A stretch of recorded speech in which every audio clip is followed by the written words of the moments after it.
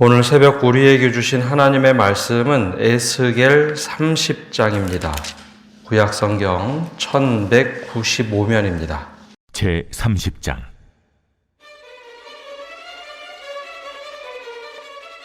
또 여호와의 말씀이 내게 임하여 이르시되, 인자야, 너는 예언하여 이르라. 주 여호와께서 이와 같이 말씀하시되, 너희는 통곡하며 이르기를, 슬프다, 이 날이여 하라. 그날이 가깝도다, 여호와의 날이 가깝도다. 구름의 날일 것이요 여러 나라들의 때이리로다.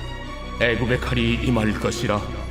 애굽에서 죽임당한 자들이 엎드러질 때에 구수의 심한 근심이 있을 것이며, 애굽의 무리가 잡혀가며 그 터가 헐릴 것이요, 구수와 붓과 룻과 모든 섞인 백성과 국과 및 동맹한 땅의 백성들이 그들과 함께 칼에 엎드러지리라. 애굽을 붙들어주는 자도 엎드러질 것이요, 애굽의 교만한 권세도 낮아질 것이라. 믹돌에서부터 수에네까지 무리가 그 가운데서 칼에 엎드러지리라. 황폐한 나라들같이 그들도 황폐할 것이며, 사막이 된 성읍들같이 그 성읍들도 사막이 될 것이라. 내가 애굽의 불을 일으키며 그 모든 돕는 자를 멸할 때에 그들이 나를 여호와인 줄 알리라. 그날의 사절들이 내 앞에서 배로 나아가서 염려 없는 구수 사람을 두렵게 하리니, 애굽의 재앙의 날과 같이 그들에게도 심한 근심이 있으리라. 이것이 오리로다. 주 여호와께서 이같이 말씀하셨느니라. 내가 또 바벨론의 느부갓네살 왕의 손으로 애굽의 무리들을 끊으리니, 그가 여러 나라 가운데 강포한 자기 군대를 거느리고 와서 그 땅을 멸망시킬 때에 칼을 빼어 애굽을 쳐서 죽임당한 자로 땅에 가득하게 하리라. 내가 그 모든 강을 마르게 하고 그 땅을 악인의 손에 팔겠으며, 타국 사람의 손으로 그 땅과 그 가운데 있는 모든 것을 황폐하게 하리라. 나 여호와의 말이니라. 주 여호와께서 이같이 말씀하셨느니라. 내가 그 우상들을 없애며 신상들을 높 가운데에서 부수며, 애굽 땅에서 왕이 다시 나지 못하게 하고 그 땅에 두려움이 있게 하리라. 내가 바드로스를 황폐하게 하며 소안에 불을 지르며 노나라를 심판하며, 내 분노를 애굽의 견고한 성읍 시내 쏟고 또 노나라의 무리를 끊을 것이라. 내가 애굽에 불을 일으키니 신나라가 심히 근심할 것이며, 노나라는 찢겨 나누일 것이며, 높나라가 날로 대적이 있을 것이며, 아웬과 비베셋의 장정들은 칼에 엎드러질 것이며, 그 성읍 주민들은 포로가 될 것이라. 내가 애굽의 멍에를 꺾으며 그 교만한 권세를 그 가운데서 그치게 할 때에 드함누에스에서는 날이 어둡겠고 그 성읍에는 구름이 덮일 것이며, 그 딸들은 포로가 될 것이라.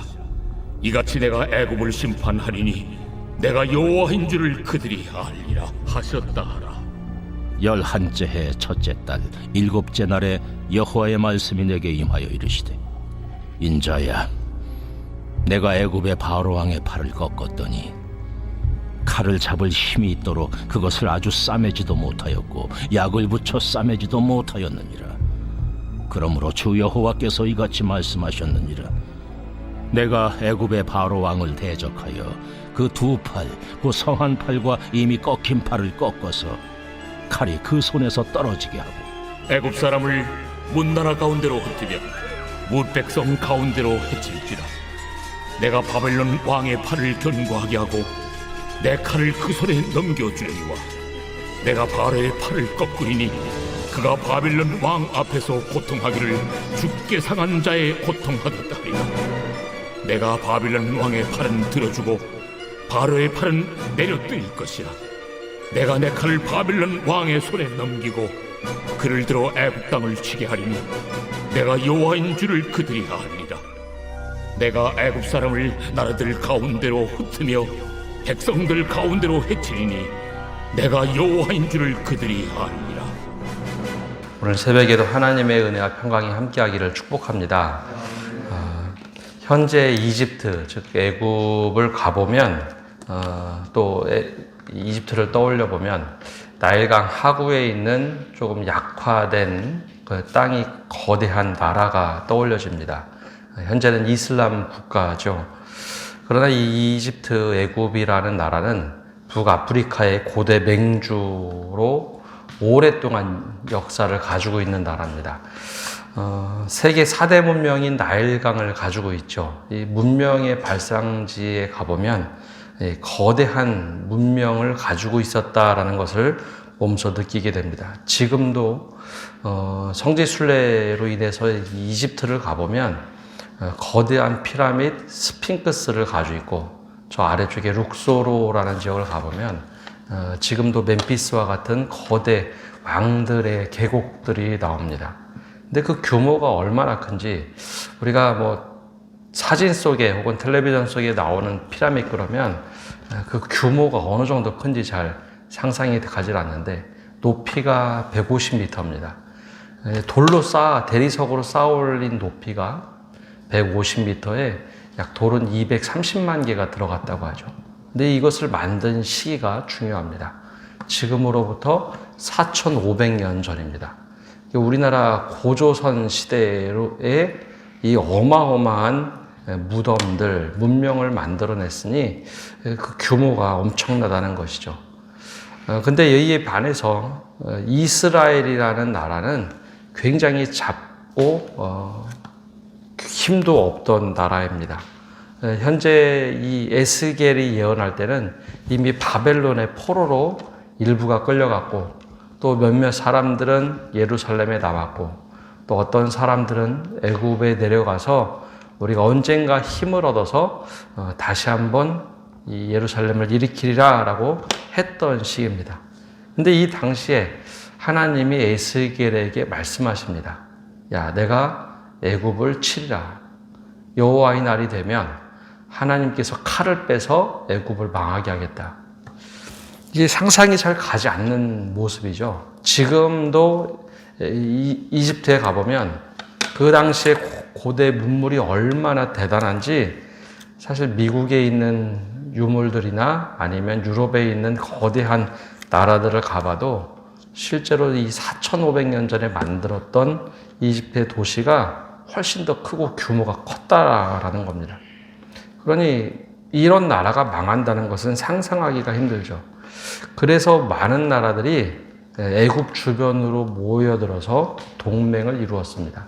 근데 하나님의 말씀은 굉장히 단호합니다. 여호와의 날이 가까웠다. 그 나라가 망할 것이다 라고 말씀하고 있습니다. 그럼 왜 이 나라가 망할 것인가, 망한다고 하셨는가? 앞에는 먼저 어떤 나라들이 망할 것인지 말씀하고 있습니다. 먼저 2절에 보면 통곡하라 라고 하죠. 너희는 통곡하며 이르기를 슬프다 이날이여 하라. 그들에게 가서 예언하라는 겁니다. 그리고 3절에 보면 어떤 날이 가까이 왔는지 설명을 합니다. 그 날이 가깝도다. 여호와의 날이 가깝도다. 구름에 나를 것이요 여러 나라들의 때이리로다. 이게 여호와의 날이라는 것은 신원의 날, 보복하는 날이라고 구약 성경은 말합니다. 하나님께서 일하시는 날. 근데 하나님이 일하시면 그 사람이 어떤 사람도 막을 수 없다라는 겁니다. 그러면 어떤 일을 하시는가? 4절과 5절에 이렇게 말씀합니다. 애굽의 칼이 임할 것이라. 애굽에서 죽임 당한 자들이 엎드러질 때에 구스에 심한 근심이 있을 것이며, 애굽의 무리가 잡혀가며 그 터가 헐릴 것이요 구스와 붓과 룻과 모든 섞인 백성과 굽과 및 동맹한 땅의 백성들이 그들과 함께 칼에 엎드러지리라. 절대 일어나지 않을 일이 일어납니다. 애굽 위에 칼이 많은데 거기에 동맹한 6나라들과 그 땅에 살고 있는 백성들이 완전히 칼에 멸망할 것이다 라는 겁니다. 이 예언을 하면서도 아마 에스겔도 상상이 가지 않았을 겁니다. 애굽이라고 하면 우리를 지배했던 나라고, 그리고 또한 오랫동안 맹주로 자리 잡아서 절대 망하지 않을 나라. 근데 하나님께서 칼을 빼시면 그 나라가 망한다는 겁니다. 더군다나 이 위성 국가로 있었던 동맹 국가들, 구스, 현재 이 에티오피아, 또 붓이라는 나라는 현재 리비아에 해당되는 지역인데요.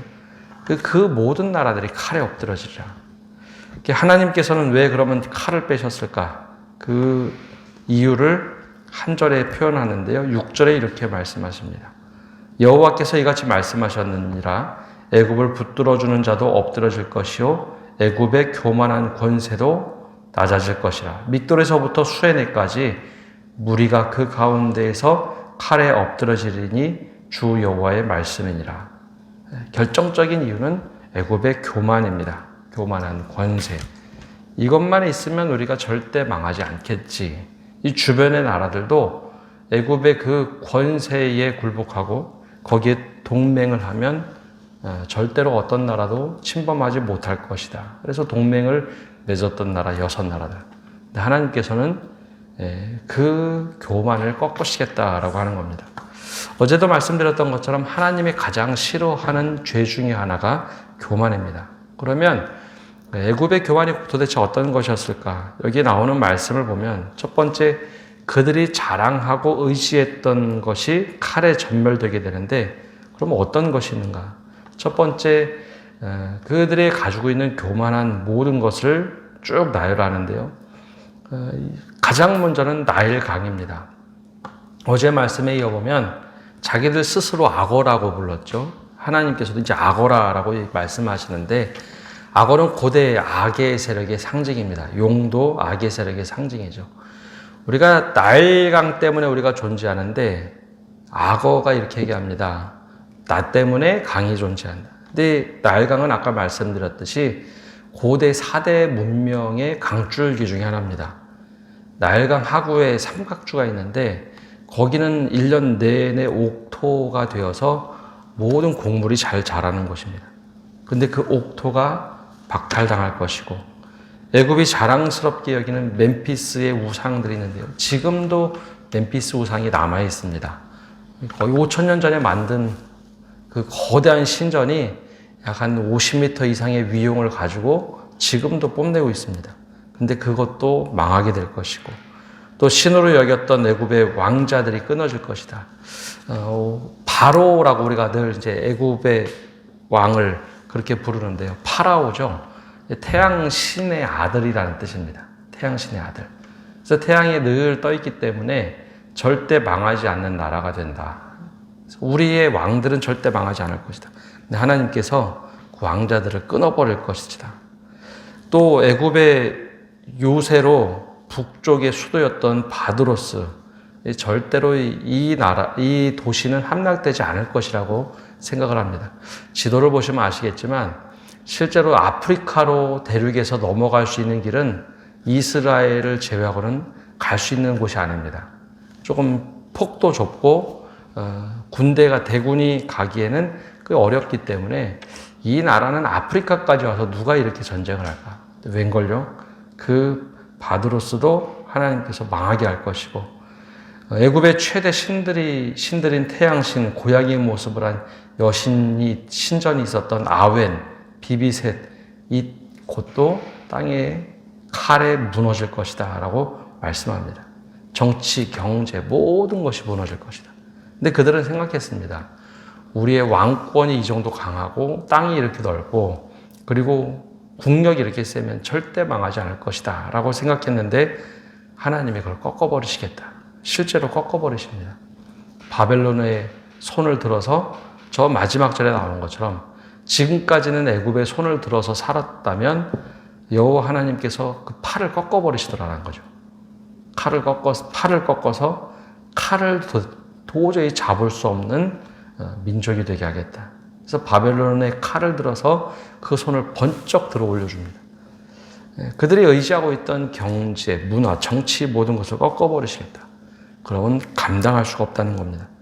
두 번째는 애굽을 붙들어주던 모든 자들에 대해서도 하나님께서 칼을 빼시겠다라고 말씀하고 있습니다. 6그룹이 있는데요. 그 6그룹들은 그 주변에 있어서 애굽이 건재하기만 하면 자신의 나라들이 괜찮을 것이다. 현재 그 주변 국가들 에티오피아라든지 리비아라든지 그 모든 나라들이 그렇게 동맹을 맺고 살았습니다. 근데 그 동맹 역시 하나님께서 치신다라고 말씀하고 있습니다. 근데 여기서 이상한 표현이 하나가 나오는데요. 5절에 후반절에 이런 표현이 나옵니다. 동맹한 땅의 백성들이 그들과 함께 칼에 엎드러지겠다. 동맹한 땅의 백성들, 그 앞에 보면 모든 섞인 백성과 국가 나오는데, 원래 여기서 말하는 이 표현은 이스라엘 백성을 말합니다. 우리 말에는 언약 백성이라고 번역하지 않았는데, 동맹한 땅의 백성들을 언약 백성들이라고 원래 히브리어에는 기록되어 있죠. 이게 무슨 말인가 하면, 바벨론이 막 쳐들어오자 애굽에 내려가서 동맹을 하면 우리가 살 수 있겠다고 했던 이스라엘 언약 백성들입니다. 힘을 의지하면 되겠지. 근데 하나님께서는 이 힘을 의지하는 것 그들조차도 이스라엘 백성일지라도 이방을 특별히 애굽을 멸망시키면서 멸망시키겠다라는 겁니다. 근데 왜 오늘 이 말씀이 우리에게 중요할까요? 어찌 보면 이방인들, 하나님이 교만한 사람들 꺾어버리시는데 뭐가 그렇게 문제인가? 라고 우리가 생각할 수 있습니다. 근데 오늘 우리에게 들려주신 하나님의 음성은 시편 1편에 있는 말씀을 우리가 다시 한번 기억해 봐야 합니다. 시편 1편 말씀은 시편 전체를 이끌어가는 말씀인데 1편 1절에 이렇게 하죠. 복 있는 사람은 악인들의 꾀를 따르지 아니하며 죄인들의 길에 서지 아니하며 오만한 자들의 자리에 앉지 않는 것. 이 세 가지를 얘기합니다. 악인의 꾀를 따르지 않고 죄인들의 길에 서지 않고 오만한 자리에 앉지 않는 것. 악으로부터 떠나라는 것이죠.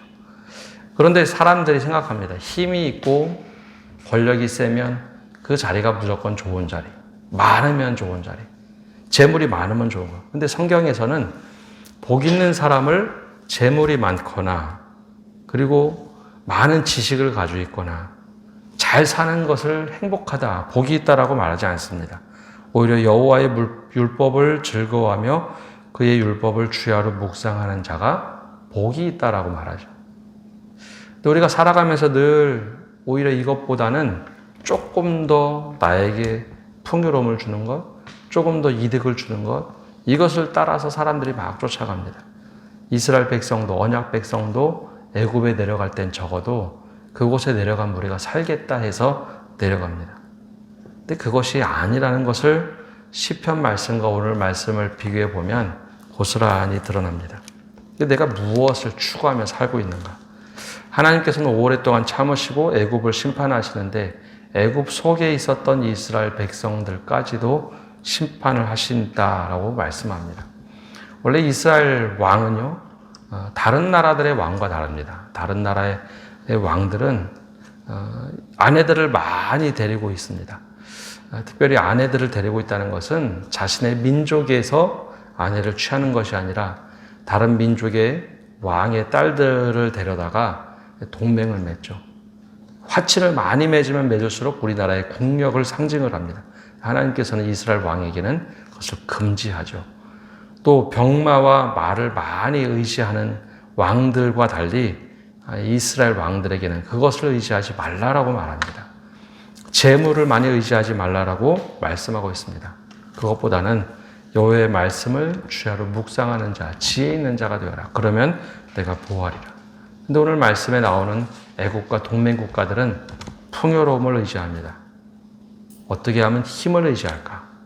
지금 현실의 우리나라도 동일합니다. 특별히 그리스도인들이 무엇을 의지하고 살아가는가? 오늘 말씀을 통해서 우리가 의지하는 그 교만은 무엇인가? 이 말씀에 우리가 내가 오직 하나님만 의지하고 살아갑니다. 1순위는 우선순위는 하나님입니다. 이 고백을 하며 살아갈 때 하나님께서 우리의 길을 열어주시리라 믿습니다. 오늘도 이 말씀을 묵상하며 하나님께 더 가까이 나가는 성도 여러분 되시기를 바랍니다. 기도하겠습니다.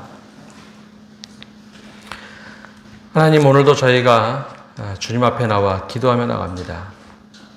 주님, 현재도 애굽의 고대 문물이 얼마나 대단한지 우리가 눈으로 목도하게 됩니다. 그럼에도 불구하고 하나님께서 그것을 교만으로 생각하실 때 도대체 우리가 무엇을 의지하며 살아가는지 주님께서 물으실 때에 우리가 바르게 대답할 수 있는 믿음을 갖게 하여 주옵소서. 조금이라도 더 많은 재물, 조금이라도 더 많은 것들, 힘, 권력, 이것이면 내가 잘 살겠다라고 생각할 때 하나님께서 그것을 교만으로 생각하시며 여호와의 율법을 주야로 묵상하는 사람, 하나님의 뜻을 따라가는 사람을 주님께서 사랑하시고 축복하신다는 것을 다시 한번 오늘 말씀을 통해 깨닫게 하여 주옵소서. 우리가 오판하지 않는 삶을 살게 하시고 늘 주님의 장중에 거하며 살아가는 삶을 살게 하여 주시옵소서. 주님, 이번 달 우리 18일부터 20일까지 말씀 사경회가 있습니다. 주님, 그 기간 동안 우리가 다른 것에 휩쓸리지 않고 그 시간을 지키며 은혜 받으러 나올 수 있는 시간 되게 하여 주옵소서. 늘 주님께서 함께 하심을 구하며 예수님의 이름으로 기도합니다. 아멘.